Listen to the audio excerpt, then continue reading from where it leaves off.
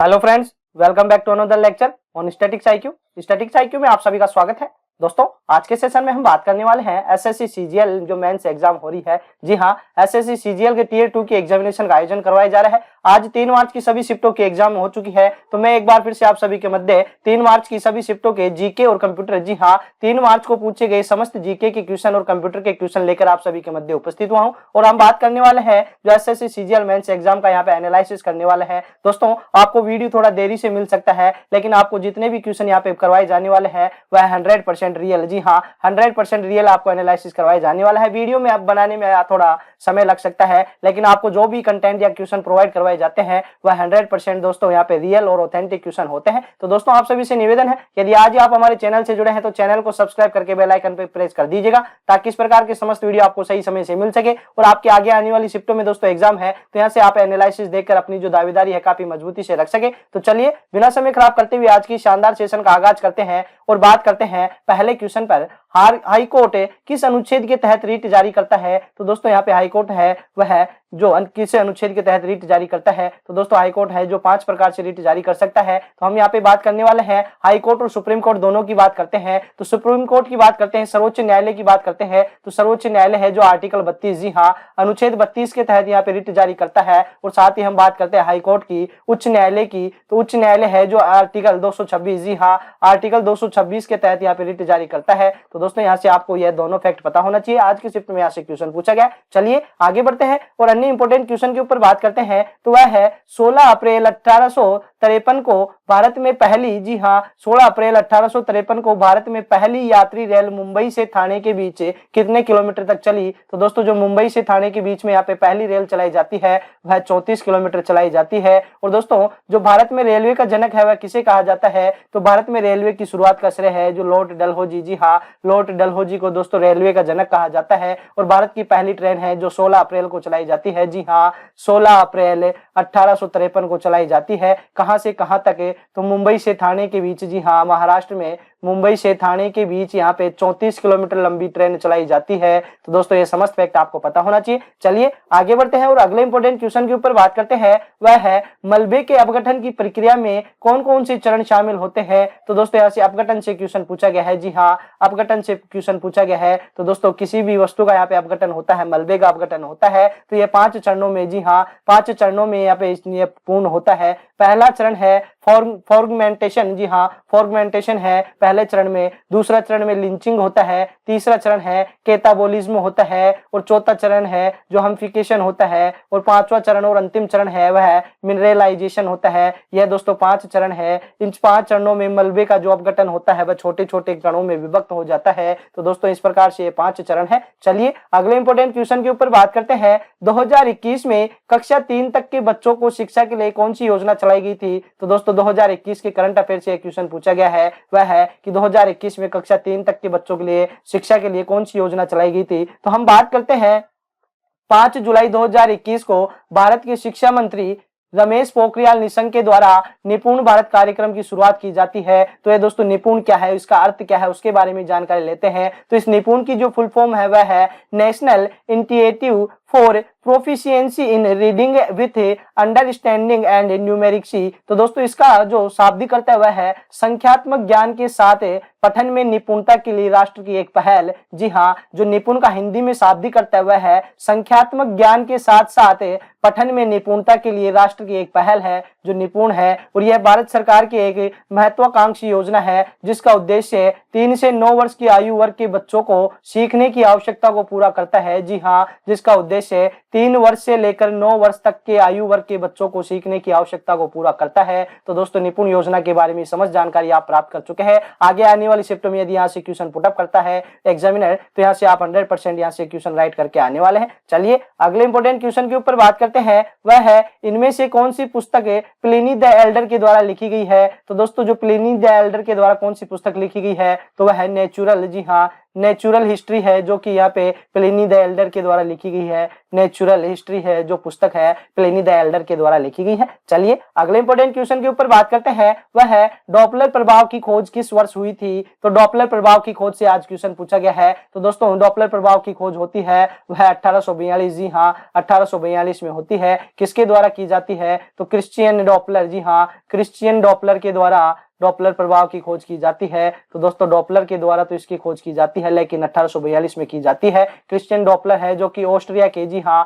Vienna की राजधानी Austria है। तो ऑस्ट्रिया के ये प्रसिद्ध भौतिकविद है, जी हाँ ऑस्ट्रिया के प्रसिद्ध भौतिकी वैज्ञानिक क्रिश्चियन डॉपलर ने 1842 ईस्वी में डॉपलर प्रभाव की खोज की थी। इस प्रकार से आज क्वेश्चन पूछा गया है। चलिए अगले इंपॉर्टेंट क्वेश्चन के ऊपर बात करते हैं, वह है हीमोग्लोबिन किसकी कमी के कारण कम होता है। तो दोस्तों हम बात करते हैं आयरन की, जब रक्त में आयरन की कमी होती है तो आयरन की कमी के कारण हीमोग्लोबिन में आरबीसी में पाया जाने वाला एक प्रकार का प्रोटीन है, जी हाँ जो हीमोग्लोबिन है वह आरबीसी के अंदर पाए जाने वाला एक प्रकार का प्रोटीन है, जिसकी कमी के कारण शरीर में खून की मात्रा घट जाती है। तो दोस्तों जो हीमोग्लोबिन कमी होने के कारण है जो कि मनुष्य के शरीर में खून की मात्रा घट जाती है, इस स्थिति में एनीमिया रोग होने का खतरा हो सकता है। तो हीमोग्लोबिन दोस्तों यहाँ पे आयरन की कमी के कारण घटता है। चलिए अगले इंपॉर्टेंट क्वेश्चन के ऊपर बात करते हैं, OH तत्व का नाम क्या है। तो दोस्तों OH तत्व है एक डायटोमिक आयन है जो कि केमिकल, इसका केमिकल नाम है जो कि हाइड्रोक्साइड है, जी हाँ हाइड्रोक्साइड है। तो यह एक अनुलग्न है और ये दोस्तों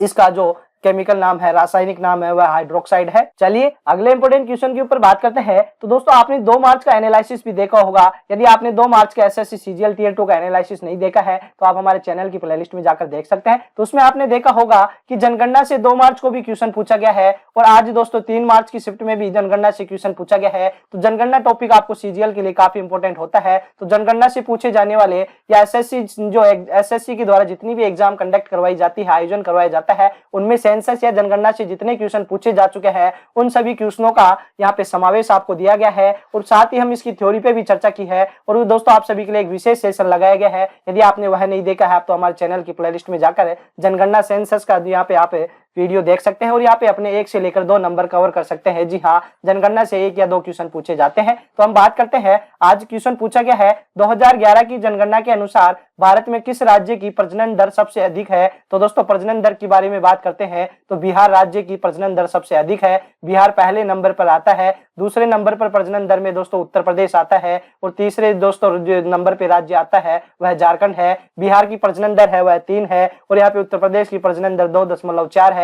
झारखंड की प्रजनन दर 2.3 है। तो दोस्तों इस प्रकार से प्रजनन दर के मामले में दोस्तों टॉप 3 राज्य कौन से हैं वह आप सभी के सामने प्रस्तुत कर दिए गए हैं, इनके आंकड़े प्रस्तुत कर दिए गए हैं। अब यदि आंकड़ों के आधार पर आपसे आगे आने वाली शिफ्टों में यहाँ से एग्जामिनर क्वेश्चन पुटअप करता है तो आपका यह क्वेश्चन बिल्कुल राइट होना चाहिए।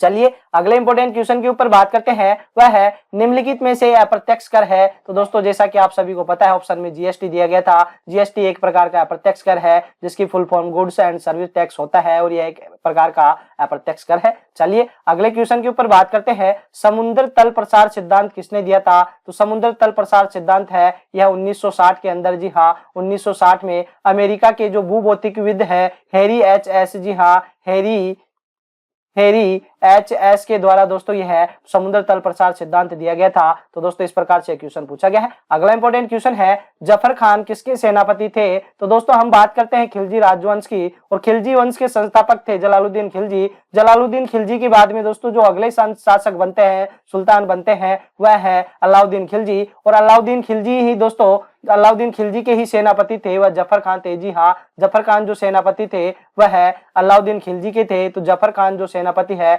अलाउद्दीन खिलजी के थे। और जो बात करते हैं अलाउद्दीन खिलजी एके के बारे में, तो अलाउद्दीन खिलजी ने सिकंदर-ए-सानी की उपाधि धारण की थी। जी हाँ सिकंदर-ए-सानी की उपाधि धारण की थी। और दोस्तों क्वेश्चन एग्जामिनर यहाँ से इस प्रकार पुटअप कर सकता है अलाउद्दीन खिलजी से कि बाजार नियंत्रण प्रणाली किसके द्वारा लागू की गई थी। तो दोस्तों बाजार नियंत्रण प्रणाली है वह भी एके अलाउद्दीन खिलजी के द्वारा लागू की गई थी। अब बात करते हैं अलाउद्दीन खिलजी के सेनापतियों के बारे में, तो अलाउद्दीन खिलजी के सेनापतियों में प्रमुख उलूग खां थे, जफर खान थे और बाद में दोस्तों जो मलिक कफूर है इन्हें 1000 दिनारी भी कहा जाता है। जी हाँ 1000 दिनारी भी इन्हें कहा जाता है। और ये दोस्तों मलिक कफूर है जो अलाउद्दीन खिलजी के गुलाम हुआ करते थे। अंत में जाकर यह दोस्तों मलिक काफूर है जो कि अलाउद्दीन खिलजी के सेनापति बनते हैं। खिलजी वंश के संस्थापक के बारे में बात कर चुके हैं, जलालुद्दीन खिलजी थे। चलिए अगले इंपॉर्टेंट क्वेश्चन के ऊपर बात करते हैं, वह है ट्रांजिस्टर किस जनरेशन की कंप्यूटर में यूज होता है? तो दोस्तों ट्रांजिस्टर है थर्ड जनरेशन में यूज होता है। प्रथम जनरेशन में यूज होता है वैक्यूम का, जी हाँ, निर्वात वैक्यूम का उपयोग होता है। भारत का प्रथम सुपर कंप्यूटर है जिसका नाम परम 8000 है